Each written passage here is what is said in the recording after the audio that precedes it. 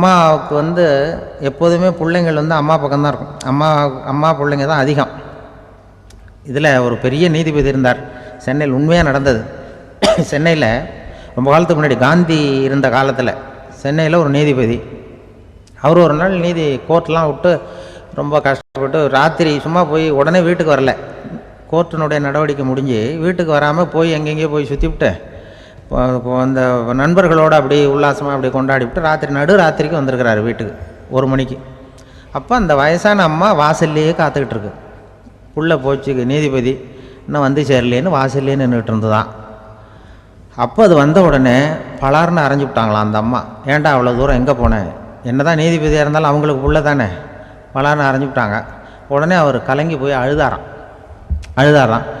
மறுநாள் கேட்டிருக்காங்க அந்த பக்கத்தில் இருந்தவங்க, ஏன் நீ வந்து பெரிய நீதிபதி, பெரிய பதவியில் இருக்க, அதனால் உன்னை உங்கள் அம்மா அடிச்சிட்டாங்கன்னு அழுதியா அப்படின்னு கேட்டாங்களாம்.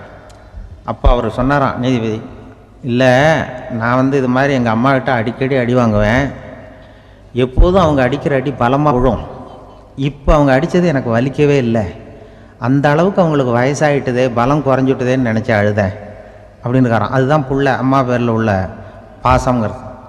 இதே போல் நான் சொன்னது மாதிரி முன்னாடி ஒரு இறைநேச செல்வர் ஒருத்தர் இருந்தார். ஒரு அம்மா வந்து எனக்கு அப்பா தண்ணி கொடுப்பா அப்படின்ட்டு படுக்கையில் இருந்த அம்மா.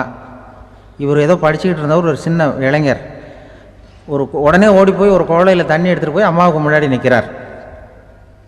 முன்ன அந்த அம்மா அதுக்குள்ளே தூங்கி போச்சு. இவர் அந்த தண்ணியை வச்சுக்கிட்டு அவர் பாட்டு நிற்கிறார்.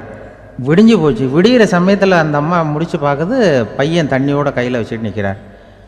ஏம்மா என்னப்பா நீ ராத்திரி பூரா தண்ணியோடு நின்றுட்டு இருக்கிறியா எனக்கா அப்படின்னு. அப்போ அவர் சொன்னாராம், ஆமாம்மா ராத்திரி தண்ணி தாகமாக இருக்குன்னு கேட்டிங்க, உடனே தண்ணி கொண்டு வந்துட்டேன், ஓடி வந்து பார்க்கும்பொழுது நீங்கள் தூங்கிக்கிட்டு இருந்தீங்க, தூங்கிட்டு இருக்கும்பொழுது உங்களை எழுப்ப வேண்டாம், தூக்கத்தை கெடுக்க வேண்டாம்னு நான் நினச்சேன், அதனால் எழுப்பலை.